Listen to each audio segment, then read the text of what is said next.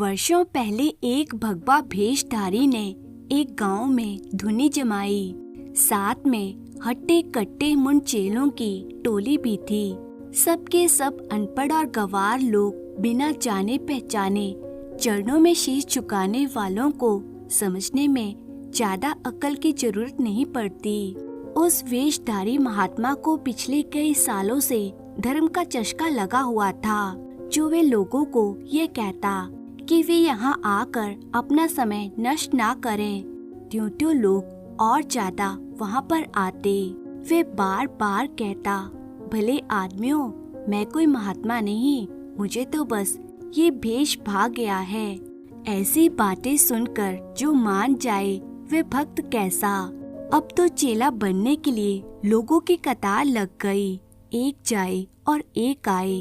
उस महात्मा की एक और खासियत थी कि वह जिसे भी अपना चेला बनाता उससे कोई चीज जरूर छुड़वाता। किसी ने प्याज छोड़ा तो किसी ने कद्दू छोड़ा। किसी ने कहा कि वे रात का खाना नहीं खाएगा तो किसी ने नमकीन छोड़ने की सौगंध खाई तो किसी ने मीठा छोड़ने की कसम खाई। लेकिन तंबाकू, भांग, गांजा और दारू छोड़ने वाले बहुत कम मिले। उसी गांव में एक नामी चोर भी रहता था। वे रात में चोरियां करता और दिन में सोता था। महात्मा का जिक्र उसके कानों में आया तो उसे भी महात्मा के पास जाने की ललक पैदा हुई। एक दिन सोते सोते उसे भी महात्मा से मुलाकात करने की सूझी। भरी दोपहर में आंखें मलता हुआ महात्मा के पास जा धमका। उसने महात्मा के पैर छुए और कहा, महात्मा जी, मुझे भी अपना चेला बनाइए। महात्मा ने कहा, मेरी शर्त तो तू जानता ही होगा। मैं तब तक किसी को अपना चेला नहीं बनाता जब तक वह कोई एक चीज ना छोड़ दे। चोर ने कहा, महात्मा जी, बहुतों ने एक ही चीज छोड़ी होगी, मगर मैं आपके सामने 3 चीजें छोड़ता हूँ। पहला, कभी रानी के पलंग पर नहीं चढ़ूंगा। सोने की थाल में खाना नहीं खाऊंगा। और तीसरी बात, इस जन्म में मैं कभी राजा नहीं बनूंगा।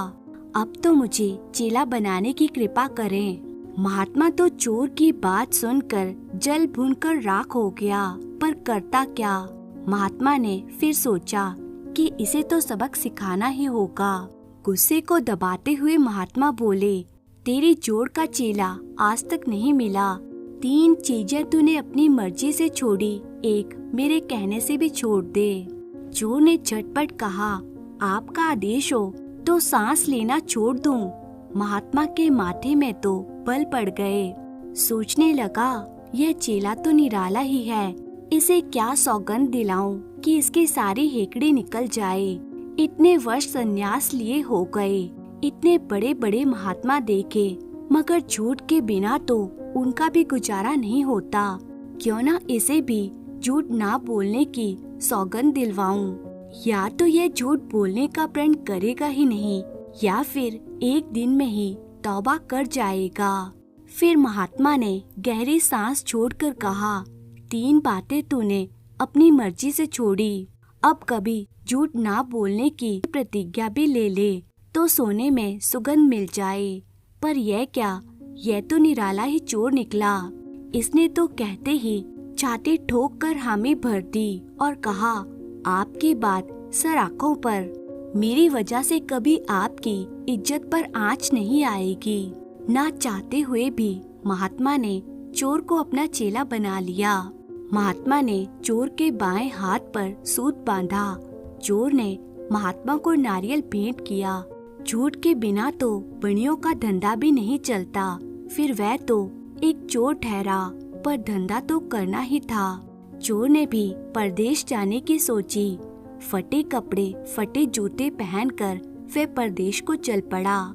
चलते चलते अंधेरा छाने लगा तो उसे एक मंदिर में चलती आरती की आवाज सुनाई दी। चोर भी मंदिर में भक्तों के बीच जाकर खड़ा हो गया। आरती खत्म होने पर सब भक्त अपने अपने घरों को चले गए, मगर चोर वहीं भगवान की मूर्ति के सामने खड़ा रहा। अब सुंदर साफ सुथरा मंदिर छोड़कर चोर भला और कहाँ रात गुजारता। भगवान की मूर्ति के बजाय उसमें उसे जड़े हीरे मोती ज्यादा सुहावने लग रहे थे। पुजारी ने जब फटे हाल वाले भक्त को देखा तो पूछ बैठा, तू कौन है भाई, कहाँ से आया है? चोर ने चौंक कर पुजारी की ओर देखा और बोला, मैं चोर हूँ, आज ही आया हूँ। पुजारी कहने लगा, मेरे बाल धूप में सफेद नहीं हुए, मैं भी चेहरे से पता लगा लेता हूँ कि कौन कैसा आदमी है। चोर तो बड़ी मुश्किल से भी सच नहीं बोलते। तू जरूर कोई अघोरी भक्त है जो मेरी परख करने आया है। चोर कहने लगा, मैं हूँ तो चोर, आप चाहे माने या ना माने, यहाँ रात काटना चाहता हूँ। अगर आपको ऐतराज ना हो तो पुजारी ने चोर को बाहों में भर लिया, आंखें चलचलाई। पुजारी भरे गले से बोला, दीन बंधु, आज मेरी भक्ति सफल हो गई। जो आपने मुझे इस रूप में दर्शन दिए, मैंने आपको अपने मन की आंखों से पहचान लिया है। पुजारी चोर को इंसान के शरीर में भगवान समझकर सब उसके भरोसे छोड़कर मंदिर के पिछवाड़े कोठरी में जाकर सो गया। चोर ऐसा था कि सोते के कपड़े उतार ले, वह भला पीछे क्या छोड़ता। खूब माया हाथ लगी, हीरे मोती, सोने का छतर, सच बोलना तो खूब रंग लाया। सारी उम्र बेहिसाब झूठ बोला, मगर मिला क्या, दुख ही दुख। रोटियों के भी लाले पड़ गए थे। 3 घड़ी रात रहते चोर तो मंदिर, भगवान और पुजारी को उनके हाल पर छोड़ चलता बना। पर देश में उसकी तो खूब बरकत हुई। गांव पहुंचकर हीरे मोती को एक हंडिया में डालकर घर के कोने में गाड़ दिया और सीधा सोने का छतर लेकर सुनार के यहाँ पहुँचा। उसने यहाँ से अपने लिए मुर्गियाँ, 7 लड़ी मालाएं, हीरे की अंगूठियाँ और एक कड़ा बनवाया। फिर दर्जी के यहाँ ठाटदार कपड़े बनवाए। 5,000 रुपए देकर ठाकुर से एक अरबी घोड़ा खरीदा। माया की तो लीला ही न्यारी है। पहले जरा सा माल हाथ लगता तो लोग पूछ बैठते कि हाथ कहाँ मारा है, जबकि लोगों को पता होता था कि वे सच नहीं बताएगा। फिर भी लोग उसे मारते पीटते थे। मगर आज वे सब कुछ सच बताने को तैयार है, तो किसी ने भी नहीं पूछा कि वह इतना माल कहाँ से लाया। कुछ देर सुस्ता कर उसने पवन वेगी घोड़े पर बैठकर हाथ में सोने की छड़ी ली और परदेश को फिर चल पड़ा। घोड़ा अच्छा हो तो फासला करते क्या देर लगती है। भला रात में एक शहर में डेरा डाला। रात में सोचता रहा कि पहले तो जरा सी चोरी में हड्डियां ही हड्डियां तुड़वाई। दोनों वक्त पेट भरना भी मुश्किल था। धंधा तो वही है, मगर अब लोग कितनी इज्जत करते हैं, जी हजूरी करते हैं। किसी माई के लाल ने यह नहीं पूछा कि इतनी दौलत आई तो कहाँ से आई। अब मालूम हुआ कि चोरी डाका जुर्म नहीं है, जुर्म तो गरीबी है। गरीबी ही सबसे बड़ा गुनाह है। धन की तो लीला ही न्यारी है। धन की छाया में तो सारे जुर्म छुप जाते हैं। अब तो राजा के खजाने में चोरी करूं तो पता चले। चोर ने सोने की छड़ी उठाई और घोड़े पर बैठकर राजमहल का चक्कर लगाने लगा। तभी वहां मौजूद पहरेदार ने रोका और पूछा, आप कौन हैं और किस काम से यहाँ पधारे हैं? चोर ने घोड़े पर बैठे बैठे ही जवाब दिया, मैं चोर हूँ और राजा के खजाने में चोरी करने जा रहा हूँ। रोक सको तो रोक लो। पहचान तो उसे पहले ही लिया था, इसलिए बड़े ही अदब से पेश आकर बोले, चोरों के ऐसे ठाट चोर होता तो छुप छुपाकर नहीं आता। सब सोचते रहे कि रास्ते वस्त्र, शानदार अरबी घोड़ा, कीमती कीमती गहने, जरूर कोई राजवंश है। सबने हाथ जोड़कर अर्ज किया, हजूर हमारी क्या जरूरत है जो आपको रोके, कोई हुक्म हो तो बताएं। चोर अंदर गया तो देखने वाला हर पहरेदार झुककर प्रणाम करने लगा। तभी राज दरबार के दरवाजे पर 2 पहरेदारों ने चोर को रोक कर कहा, राजा को बताए बिना आगे जाना सख्त मना है। आप अपने मुंह से कुछ बताएं तो हम राजा से आपके बारे में बताएं। आप कौन हैं और किस काम से पधारे हैं? चोर कहने लगा, मैं चोर हूँ और शाही खजाने में चोरी करने आया हूँ। तुम और तुम्हारा राजा जो भी मुझे रोक सके तो रोक लो। पहरेदार मन ही मन बड़े डरे और सोचने लगे, लगता है हमारे पूछने पर यह नाराज हो गए हैं। नए दीवान ही हो सकते हैं, वरना ऐसे ठाट बाट और किसके हो सकते हैं। कोहनियों तक हाथ जोड़कर कहने लगे, भूल हो गई सरकार, हमें क्षमा करें। हमारी क्या जरूरत जो आपको आगे बढ़ने से रोकें। चोर मुस्कुराकर आगे बढ़ गया। उसके बाद चोर ने खजाने के सामने ही जाकर घोड़ा रोका। खजांची घोड़े की हिनहिनाहट सुनकर बाहर आया और हाथ जोड़कर कहने लगा, हुजूर को पहचाना नहीं। चोर बोला, पहचानते तो तब जब पहले मुझे देखा हो। मैं तो चोर हूँ और खजाने में चोरी करने के लिए आया हूँ। खजांची समझ गए कि नए दीवान जी हैं, खजाने का मुआयना करने आए हैं। ना पहचानने से चिढ़ गए होंगे, इसीलिए टेढ़ी मेढ़ी बातें कर रहे हैं। लगता है अब तो नौकरी गई। खजांची थर थर कांपते हुए बोला, आंखें कमजोर हो गई हैं अन्नदाता। इतना कहकर खजांची ने कमर से चाबियां निकाली और नए दीवान के हाथ में पकड़ा दी। चोर की तो मनचाही हो गई। चाबियां लेकर सीधा अंदर चला गया। खजांची बाहर खड़ा रहा। खजाने की कमी तो थी ही नहीं, मगर चोर ने 5 मोती ही उठाए और अपनी जेब में डाले। चाबियां खजांची को सौंपी और वापस जाते हुए उसे किसी ने नहीं रोका। महल से बाहर निकलते ही उसने हवा के वेग से घोड़ा दौड़ाया।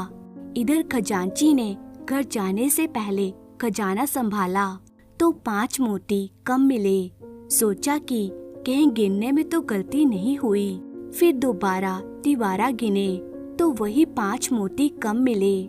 सोचने लगा, अरे यह तो सचमुच का चोर था। भगवान जाने अब राजा क्या दंड देंगे। चिल्लाने का इरादा ही किया था कि एक समझदारी की बात सूझी कि चोरी तो हो ही गई है, अब सारा इल्जाम चोर के माथे मढ़ा जाएगा। चोर का क्या विश्वास। जल्दी से खजांची ने वैसे ही 5 मोती अपनी जेब में रख लिए और जोर से चिल्लाया, चोर चोर चोर। सिपाही और पहरेदार तो ऐसे मौके में रहते हैं। तुरंत दौड़े दौड़े आए। देखते ही देखते खजाने के पास बखेड़ा खड़ा हो गया। सब इकट्ठे होकर राजा के पास गए। खजांची रोते रोते बोला, महाराज, खुद चोर राशि वस्त्र पहनकर दिन दहाड़े छाती ठोक कर यूं चोरी करे तो खुद भगवान भी रखवाली नहीं कर सकता। मेरी तो औकात ही क्या है। राजा तो सिंहासन की शोभा था, राजकाज का कार्य तो रानी संभालती थी। राजा तो बस उल्लू की तरह सबकी बात सुन लेता, मगर कोई जवाब नहीं दे पाता था। रानी ने सारी बात सुनी तो कहने लगी, तुम्हारा कोई कसूर नहीं। तुम्हारी जगह कोई भी होता तो चोर पर शक नहीं करता। खैर, बीत गई सो बात गई। अब चोर का पकड़ा जाना बड़ा जरूरी है, वरना हुकूमत का डर कौन मानेगा।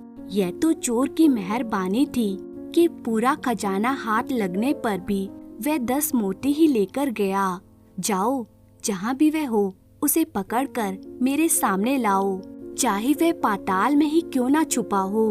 यह रियासत की इज्जत का सवाल है। रानी का आदेश मिलने की देर भर थी कि चोर की तलाश में सिपाही निकल गए।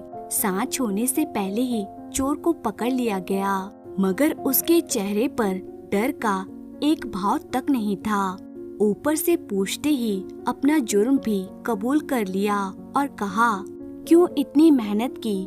मैंने तो पहले ही कहा था कि मैं चोर हूँ। सिपाहियों ने राजमहल चलने को कहा तो वे बेखौफ होकर उनके साथ हो लिया।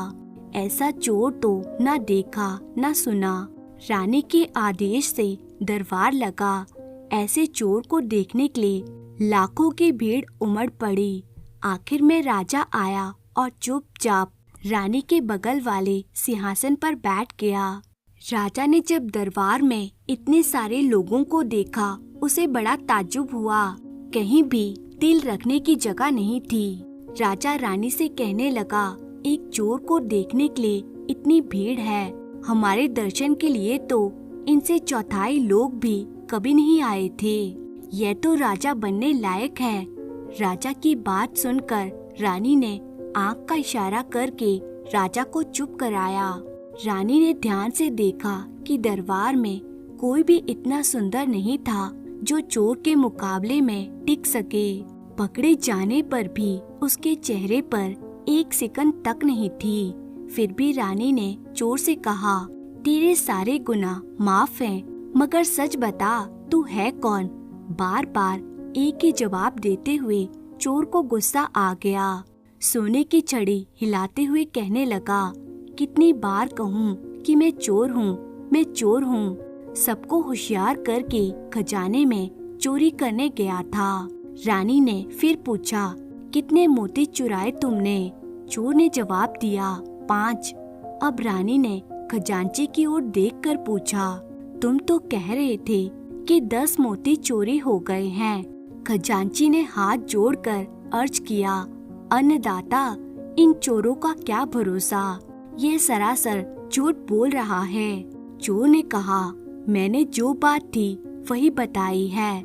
चोरी भले ही करूं, मगर कभी झूठ ना बोलने की मैंने भी कसम खाई है।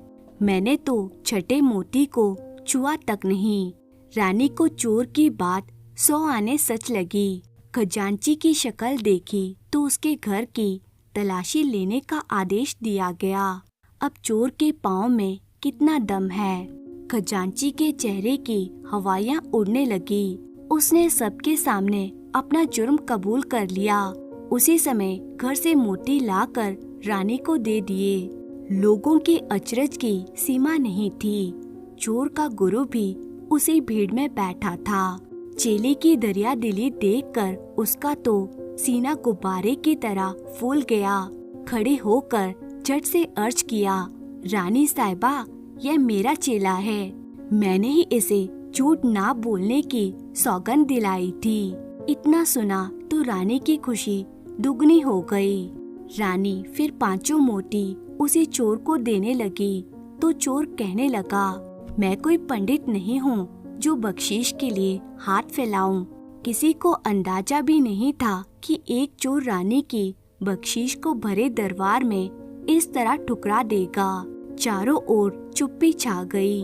बेवकूफ चोर रानी के स्वभाव को नहीं जानता था। रानी को गुस्सा तो ऐसा आया कि इसी समय उसका सर कलम करवा दे, मगर गुस्से को दबाकर हंसते हुए कहने लगी, मैं जानती थी इस उल्टी खोपड़ी के चोर की जुबान पर ऐसी ही बात आएगी। फिर रानी ने 10 मोती चोर के गुरु को दे दिए। खजांची को सबके सामने 100 जूतों की सजा मिली। रानी चोर के व्यवहार से बड़ी खुश थी, मगर फिर भी उसे तहखाने में डलवा दिया गया। रात को एक पहर बीता तो अचानक चोर के सामने एक लड़की हाथ में दिया लिए आई, जो रानी की भरोसेमंद दासी थी।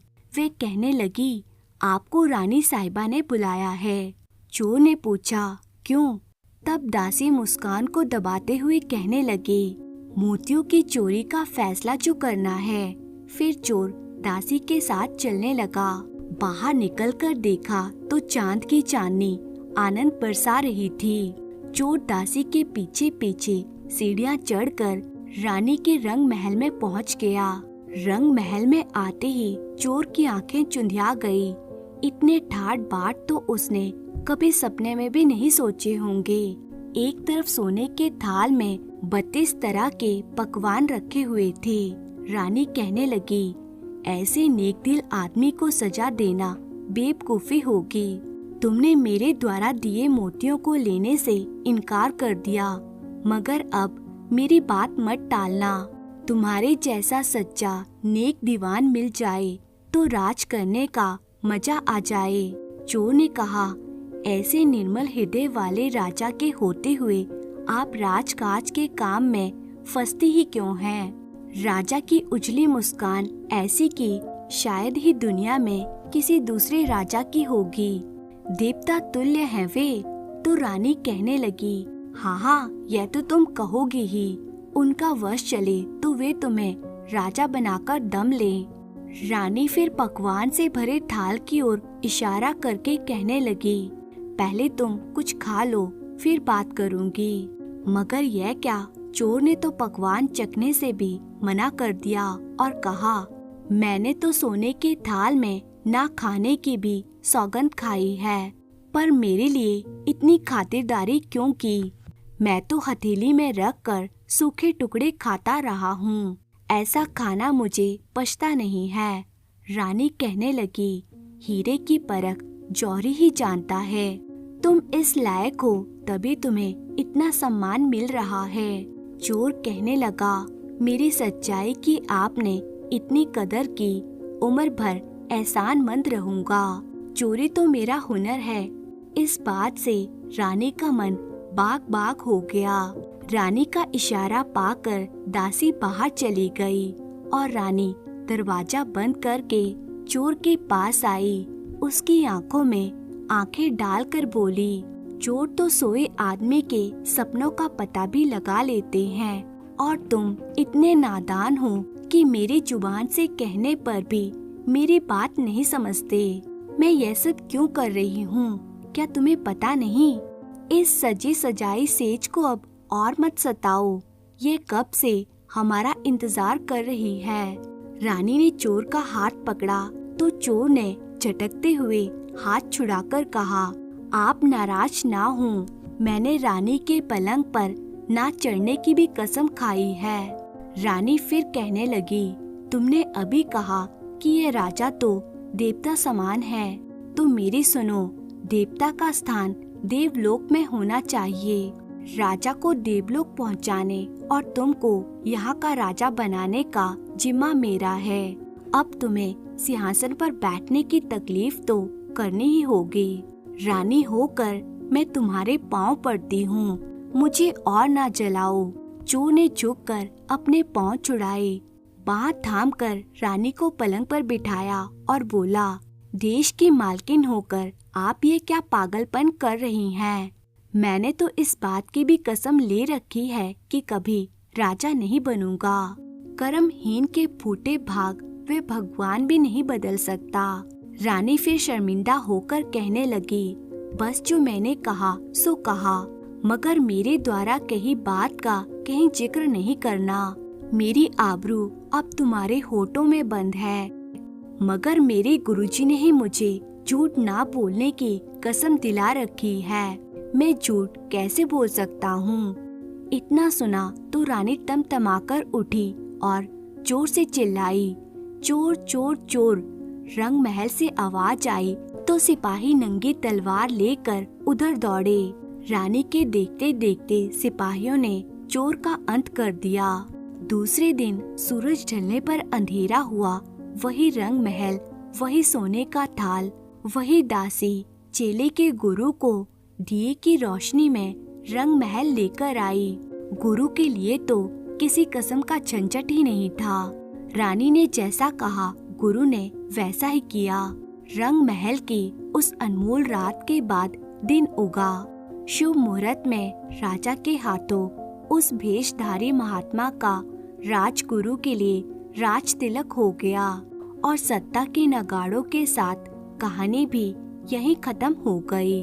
उम्मीद है दोस्तों आपको ये कहानी पसंद आई होगी। एक छोटे से गांव में देवराज नाम का एक बूढ़ा व्यक्ति रहता था। देवराज की एक बेटी थी जिसका नाम गीता था। देवराज का बहुत छोटा सा घर था। वह बहुत ही गरीब था। वह जंगल से लकड़ियां काट कर लाता था और उन्हें बेचकर अपने घर का गुजारा करता था। देवराज बहुत ही बूढ़ा हो चुका था और उसके शरीर में इतनी भी ताकत नहीं बची थी कि वे लकड़ियां काट सके। उसकी बेटी गीता बहुत ही सुंदर, सुशील और गुणवान थी। गीता घर में ही सिलाई बुनाई करके थोड़े बहुत पैसे कमा लिया करती थी, जिससे वे अपने घर के गुजारे के लायक अपने पिताजी की मदद करती थी। एक दिन देवराज जंगल में लकड़ियां काटने जा रहा होता है। तभी गीता कहती है, पिताजी, मैंने आपसे कितनी बार कहा है, अब आपके शरीर में इतनी ताकत नहीं कि आप लकड़ियां काट सको। अब आपको आराम की जरूरत है। पिताजी, आप घर पर आराम क्यों नहीं करते हैं? गीता बेटी, मैं घर पर आराम कैसे कर सकता हूँ? अगर मैं ही आराम करने लगूंगा तो हमारे घर का खर्चा कैसे चलेगा? और मुझे तुम्हारी शादी भी तो करनी है, और फिर उस साहूकार के ब्याज समेत पैसे भी तो लौटाने हैं। तुम नहीं जानती गीता, मुझे हर वक्त डर लगा रहता है कि कहीं वह साहूकार अपने पैसे लेने ना आ जाए। बेटी, वह साहूकार बहुत ही बेरहम इंसान है। अगर हमने जल्दी से जल्दी उसके पैसे नहीं लौटाए तो वह हमारे साथ कुछ भी कर सकता है। पिताजी, आप ज्यादा परेशान ना हो, भगवान जरूर कोई रास्ता निकालेंगे, और मैं भी तो सिलाई बुनाई का काम करती हूँ। आज से मैं दिन रात मेहनत करूँगी, जिससे हम उस साहूकार के पैसे जल्द से जल्द लौटा सकें।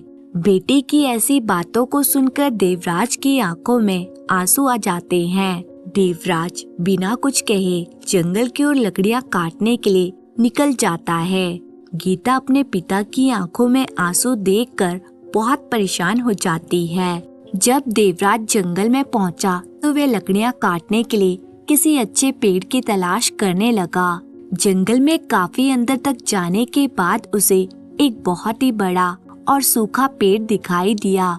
उसने फैसला लिया कि वह इसी पेड़ को काटेगा, और उसने अपनी कुल्हाड़ी उठाई और पेड़ को काटना शुरू कर दिया।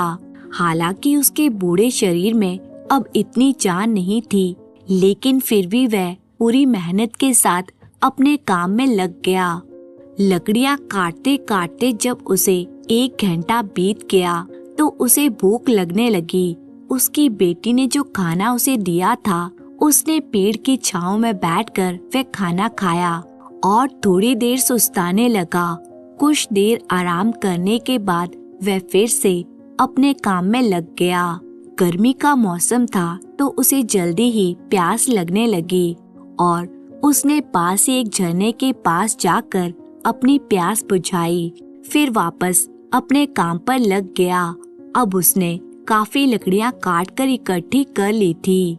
जब उसे इस बात की तसल्ली हो गई कि आज उसने पर्याप्त मात्रा में लकड़ियां काट ली हैं, तो उसने लकड़ियों का गट्ठर बनाया और उसे अपने सिर पर रखकर वापस अपने घर की तरफ चल दिया। शाम को जब देवराज घर लौटता है तो गीता उसे खाना देती है और उसके पास बैठकर बोलती है, पिताजी, आप किसी से थोड़े पैसे उधार लेकर उस साहूकार के पैसे क्यों नहीं लौटा देते? बेटी गीता, बुरे वक्त में कोई रिश्तेदार या अपने काम नहीं आते। सारे रिश्तेदार मुंह मोड़ लेते हैं, और वैसे भी मेरे सारे रिश्तेदार खुद ही गरीब हैं। वे तो अपना गुजारा ही बड़ी मुश्किल से कर पाते हैं। ऐसे में भला मेरी मदद कैसे करेंगे? मेरा कोई दोस्त या रिश्तेदार इतना अमीर तो है नहीं जो मुसीबत में मेरी मदद कर सके। लेकिन पिताजी, हमें कैसे भी करके उस साहूकार के पैसों का इंतजाम करना ही होगा। वे कल अपने पैसे लेने आएगा। अगर उसे पैसे नहीं मिलेंगे तो पता नहीं वे हमारे साथ कैसा सुलूक करेगा। देवराज अपनी गरीबी के कारण बहुत लाचार था। उसे समझ में नहीं आ रहा था कि वे साहूकार से अपना पीछा कैसे छुड़ाए, वे साहूकार का कर्ज कैसे चुकाए। अगले दिन जब देवराज जंगल में लकड़ी काटने गया तो जंगल में उसे एक अनजान व्यक्ति मिलता है। वह व्यक्ति देवराज के हाथ में कुल्हाड़ी देखकर कहता है, तुम्हारे हाथ में कुल्हाड़ी देखकर तो ऐसा लगता है कि तुम एक लकड़हारे हो और इस समय जंगल में लकड़ी काटने जा रहे हो। देवराज कहता है, हाँ बेटा, मैं एक लकड़हारा हूँ। बेटा, क्या तुम्हें मुझसे कोई मदद चाहिए? वो व्यक्ति बोला, मुझे कोई मदद नहीं चाहिए, मगर अब तुम्हें सजा से कोई बचा नहीं सकता, या फिर हो सकता है कि राजा तुम्हें जीवन भर के लिए काल कोठरी में डलवा दे। यह सुनकर देवराज घबरा जाता है और कहने लगता है, यह तुम क्या कह रहे हो बेटा? मैंने तो ऐसा कोई काम नहीं किया जिसके लिए राजा मुझे इतनी कठोर सजा देंगे। वो व्यक्ति बोला, क्या तुम नहीं जानते, राजा ने पेड़ काटने पर रोक लगाई हुई है। अगर कोई भी जंगल में पेड़ काटता हुआ पकड़ा गया तो राजा उसे कठोर से कठोर सजा देंगे, और अब तुम्हें मेरे साथ राजा के पास चलना होगा। देवराज बोला, बेटा अगर मैं लकड़ियां नहीं काटूंगा तो मेरे घर का गुजारा कैसे चलेगा? वो व्यक्ति बोला, अगर तुम चाहते हो कि राजा तुम्हें सजा ना दे और तुम्हारे घर का गुजारा चलता रहे तो तुम्हें मुझे पैसे देने होंगे, तभी मैं तुम्हारे बारे में राजा को कुछ नहीं बताऊंगा। अनजान व्यक्ति की बातें सुनकर देवराज की आंखों में आंसू आ जाते हैं। देवराज को रोते हुए देखकर वो व्यक्ति कहता है, अब तुम रो क्यों रहे हो? रोने धोने से काम नहीं चलेगा, पैसे से काम चलेगा। अगर तुम चाहते हो कि राजा तुम्हें सजा ना दे तो तुम्हें पैसे देने ही होंगे।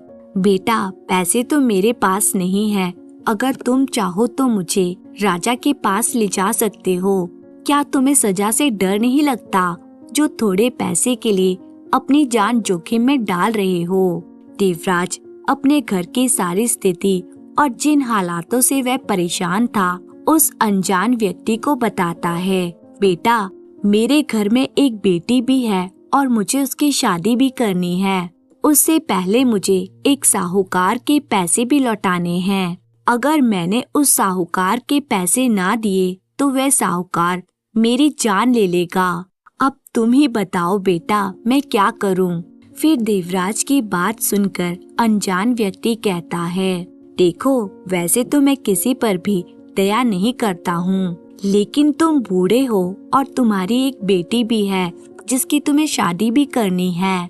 देखो बाबा, मैंने आज तक अपनी जिंदगी में कोई भी अच्छा काम नहीं किया है, लेकिन हाँ आज जरूर करूँगा। क्या पता इस नेक काम से भगवान मुझसे खुश हो जाए और मेरी सारी गलतियों को माफ कर दे। तभी वे आदमी सोने के सिक्कों से भरी हुई एक थैली निकालकर देवराज को देते हुए कहता है, बाबा इस थैली में सोने के सिक्के हैं, कुछ सिक्के तुम साहूकार को दे देना और बाकी बचे हुए सिक्कों से तुम अपनी बेटी की शादी कर देना। अब तुम यहाँ से जाओ, इससे पहले कि तुम्हें कोई और देख ले। देवराज उस आदमी को बहुत आशीर्वाद देता है और खुशी खुशी अपने घर की ओर निकल जाता है। कड़ी धूप होने के कारण चलते चलते उसे रास्ते में चक्कर आने लगते हैं, इसलिए वह आराम करने के लिए एक पेड़ की छांव में बैठ जाता है। कुछ ही देर बाद उसकी आंख लग जाती है। तभी वहाँ एक चोर आता है और देवराज के सोने के सिक्कों से भरी हुई थैली को चुराकर ले जाता है। थोड़ी दूर जाने के बाद जब वे चोर थैली खोलकर देखता है तो खुशी से झूमने लगता है और कहता है, अरे वाह, इतने सारे सोने के सिक्के, आज तो मेरी किस्मत खुल गई। अब मेरी पत्नी और बच्चों को भूखा नहीं सोना पड़ेगा। इन सिक्कों से तो मेरा सालों का गुजारा हो जाएगा। इतना कहकर चोर अपने घर की ओर निकल जाता है। उधर जब देवराज की आंख खुलती है तब वे अपनी थैली ढूंढने लगता है, लेकिन उसे सोने के सिक्कों से भरी थैली नहीं मिलती। तब देवराज बहुत ही घबरा जाता है और अपने आप को कोसने लगता है, हे भगवान, यह क्या हो गया? मैं जाने कैसे सो गया। ना ही मैं सोता और ना ही मेरे सोने के सिक्कों से भरी हुई थैली चोरी होती। बरसों बाद एक खुशी मिली थी, लेकिन अब वह भी छिन गई। अब मेरी बेटी की शादी कैसे होगी और मैं उस साहूकार का कर्ज कैसे चुकाऊंगा? हे भगवान, मुझ बूढ़े और लाचार की मदद कर। उधर वो चोर अपने घर पहुंचकर अपनी पत्नी से कहता है, तुम मुझे हमेशा कोसती थी ना कि मैं कुछ काम नहीं करता हूँ। यह देखो, सोने के सिक्कों से भरी थैली। इन सिक्कों से हमारा कम से कम 2 साल तक का गुजारा हो ही जाएगा। अब मुझे कोई भी काम ढूंढने की जरूरत नहीं है। चोर की पत्नी बोली, आप इतने सारे सोने के सिक्के कहाँ से लाए हो? चोर कहता है, तुम्हारी ये सवाल करने की आदत कब जाएगी? मैं इतने सारे सोने के सिक्के कहाँ से लाया हूँ, ये तुम्हें जानकर क्या करना है? उसकी पत्नी कहती है, मुझे जानना है कि आप इतनी जल्दी इतने सारे सोने के सिक्के कहाँ से लाए हो? कहीं आप ये सिक्के चुरा कर तो नहीं लाए हो? चोर ने कहा, हाँ, मैं ये सिक्के चुरा कर लाया हूँ। एक बूढ़ा आदमी पेड़ के नीचे सो रहा था। उसी के जेब में से ये सोने के सिक्कों से भरी हुई थैली चुरा कर लाया हूँ। उसकी पत्नी कहती है, क्या आप अब चोरी भी करने लगे हो? क्या आप दूसरों को तकलीफ देकर खुश रहना चाहते हैं? वह बेचारा बूढ़ा गरीब आदमी न जाने किस हालत में होगा। न जाने उसने ये सोने के सिक्के किस काम के लिए रखे होंगे और आप उन सिक्कों को चुरा कर ले आए। अरे, वह बूढ़ा गरीब आदमी नहीं है, बल्कि एक पैसे वाला आदमी है। उसकी पत्नी कहती है, ये आपको कैसे पता चला कि वह पैसे वाला आदमी है? क्या आप उसे जानते हो? चोर बोला, नहीं, मैं नहीं जानता उसे, पर वह गरीब नहीं हो सकता, क्योंकि कोई भी गरीब आदमी इतने सारे सोने के सिक्के लेकर बेफिक्र होकर पेड़ के नीचे नहीं सो सकता। उसकी पत्नी कहती है, मुझे इस बात से कोई फर्क नहीं पड़ता कि वह बूढ़ा आदमी गरीब है या अमीर, बस हमें किसी के खून पसीने की कमाई नहीं चाहिए, इसलिए आपको उसके पैसे लौटाने होंगे। तुम ये कैसी बेवकूफी जैसी बातें कर रही हो? अब मैं उस बूढ़े आदमी को कहाँ जाकर ढूंढूं? चोर की पत्नी कहती है, आपको उस आदमी की तलाश करनी ही होगी। मुझे भूखा रहना मंजूर है, लेकिन मैं चोरी के पैसे से अपने घर का गुजारा नहीं चला सकती। आपको अपनी पत्नी और बच्चों का पेट मेहनत मजदूरी करके भरना चाहिए, ना कि चोरी करके। ठीक है भाग्यवान, मुझे पता है तुम नहीं मानोगी। मैं जाकर उस बूढ़े आदमी के सिक्के वापस कर दूंगा और उस बूढ़े की तलाश करूंगा। अब खुश हो ना तुम? फिर वे चोर उस बूढ़े आदमी के सोने के सिक्के वापस करने के लिए घर से निकल जाता है। उधर देवराज दुखी होकर जब अपने घर पहुंचता है, तब उसकी बेटी कहती है, पिताजी, मैं कब से आपका इंतजार कर रही थी। आज आपको घर आने में इतनी देर कैसे हो गई? तब देवराज कुछ नहीं बोलता। गीता फिर बोली, पिताजी, आप इतने चुप क्यों हैं? कुछ बोलते क्यों नहीं? तब देवराज सारी बात अपनी बेटी को बताता है। उतने में ही साहूकार अपने पैसे लेने देवराज के घर आता है। साहूकार को देखकर देवराज और उसकी बेटी घबरा जाते हैं। साहूकार कहता है, देवराज, तुमने मेरे पैसे देने का वादा किया था, अब जल्दी से मेरे पैसे वापस कर दो। देवराज कहता है, साहूकार जी, मैंने आपके पैसों का इंतजाम कर लिया था, पर किसी ने मेरे सोने के सिक्कों की थैली को चुरा लिया। साहूकार कहता है, तूने मुझे बेवकूफ समझा है क्या कि तू मुझसे झूठ बोलेगा और मैं मान जाऊंगा? अरे, तेरे जैसे मुझे 50 मिलते हैं झूठ बोलने वाले। अब जल्दी से मुझे मेरे पैसे दे, मेरा समय मत बर्बाद कर। देवराज कहता है, साहूकार जी, मैं झूठ नहीं बोल रहा हूँ, मेरा विश्वास कीजिए, किसी ने मेरे सोने के सिक्कों की थैली चुरा ली है। तभी साहूकार बोला, अच्छा, तो तेरे पास वो सोने के सिक्कों की थैली कहाँ से आई थी? जरा मुझे भी तो पता चले कि आखिर तू बुढ़ापे में क्या करता है। देवराज चुप रहता है। वे साहूकार की बातों का कोई जवाब नहीं देता। साहूकार फिर बोला, अब चुप क्यों है? बताता क्यों नहीं कि तेरे पास वे सोने के सिक्कों की थैली कहाँ से आई थी? तुझे बुढ़ापे में झूठ बोलते शर्म नहीं आती? तू ऐसे नहीं मानेगा, तू मेरे साथ राजा के पास चल। साहूकार देवराज और उसकी बेटी गीता को राजा के पास ले जाने लगता है।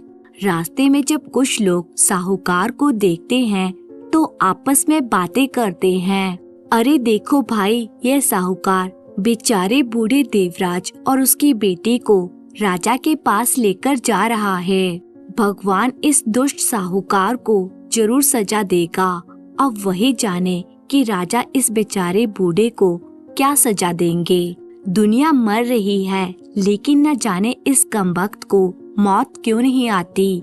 यह तो कभी बीमार भी नहीं पड़ता। इसे तो इसके कर्मों की सजा जरूर मिलेगी। 10 दिन बाद मुझे भी इसका कर्ज चुकाना है। साहूकार राजा के दरबार में पहुंच जाता है और राजा से कहता है, महाराज, इस देवराज ने मुझसे पैसे लिए थे और अब मुझे मेरे पैसे वापस नहीं दे रहा है। ऊपर से मुझसे झूठ बोल रहा है कि कोई इसके सोने के सिक्कों की थैली चुरा कर ले गया है। साहूकार की पूरी बात सुनने के बाद राजा साहूकार से कहता है, तो तुम ऐसे आदमी को कर्ज देते ही क्यों हो जो उसे चुका न सके।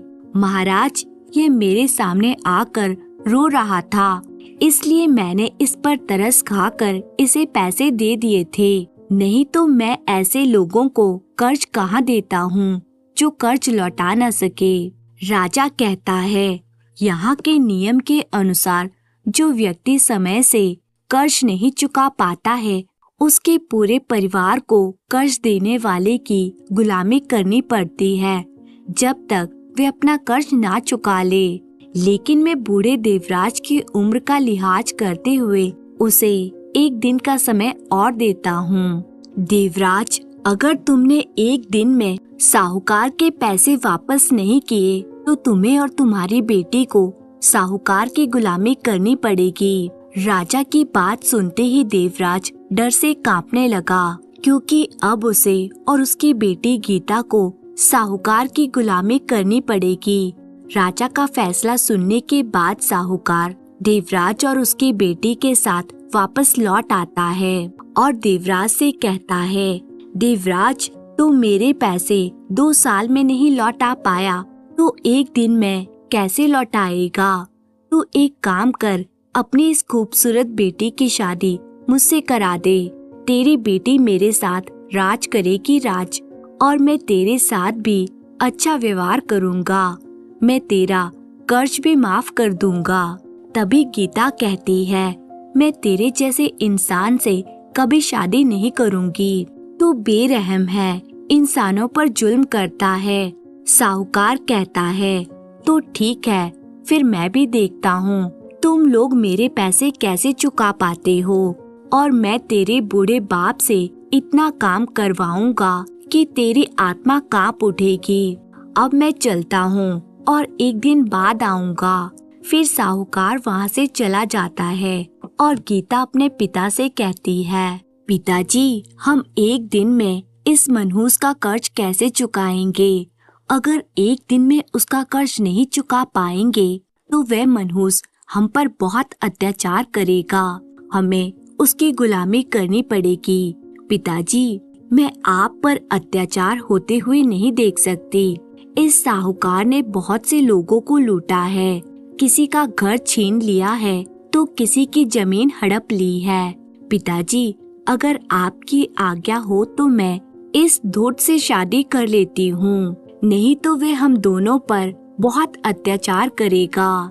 देवराज कहता है, नहीं बेटी, तुम मुझसे शादी नहीं करना। अगर हमारी किस्मत में उसकी गुलामी करना ही लिखा है तो हम उससे भाग नहीं सकते। वह साहूकार बहुत बेरहम है, उसे किसी पर दया नहीं आती।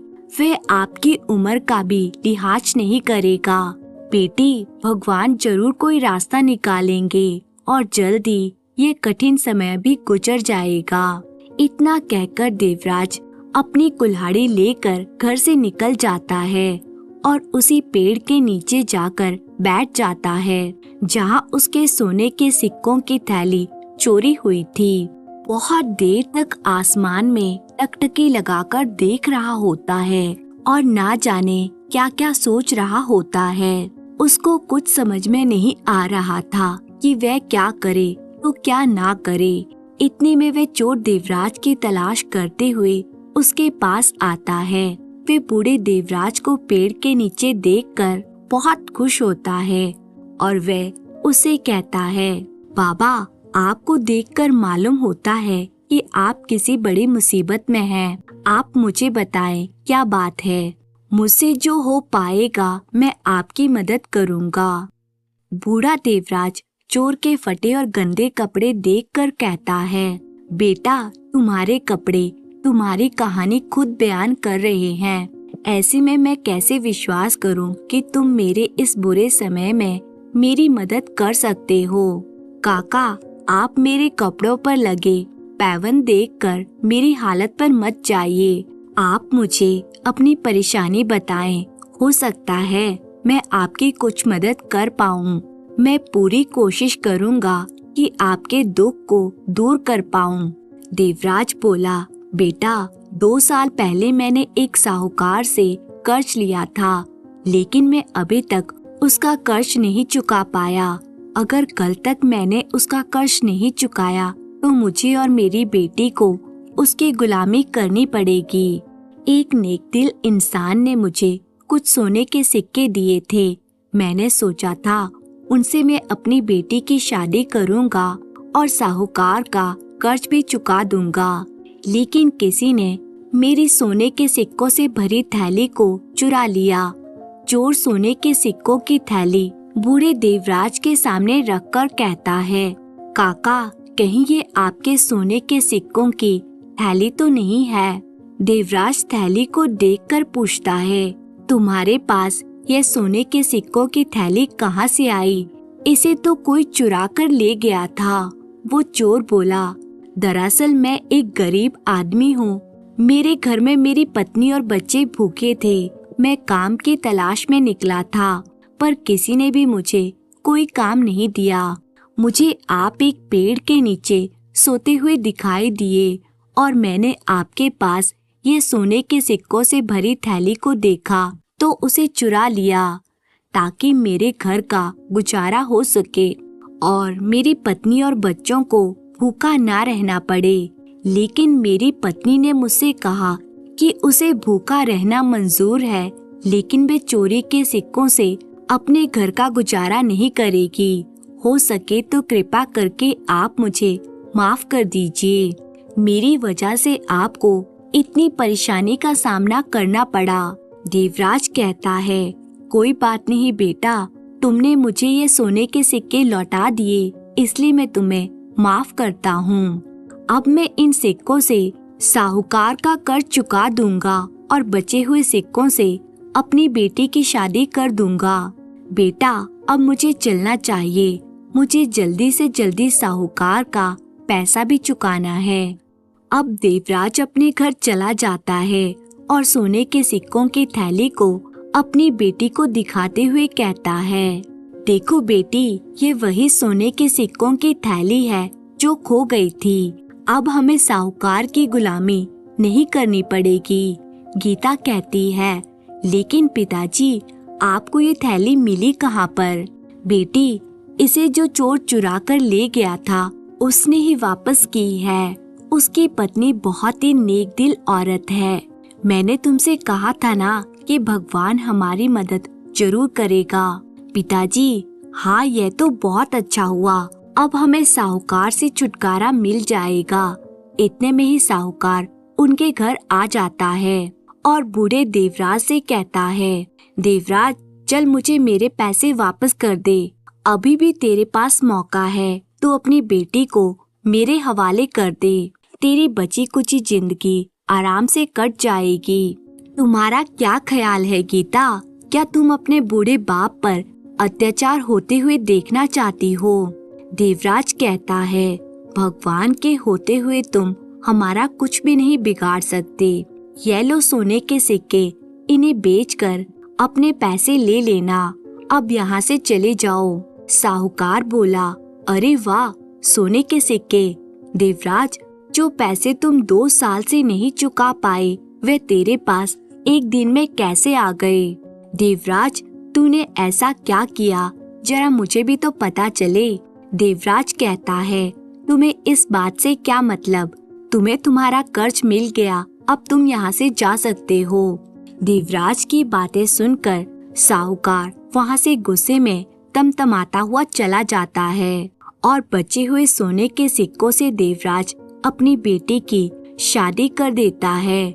इसके बाद बूढ़ा देवराज और उसकी बेटी खुशी खुशी अपनी जिंदगी बिताने लगते हैं। तो दोस्तों, उम्मीद है आपको ये कहानी पसंद आई होगी।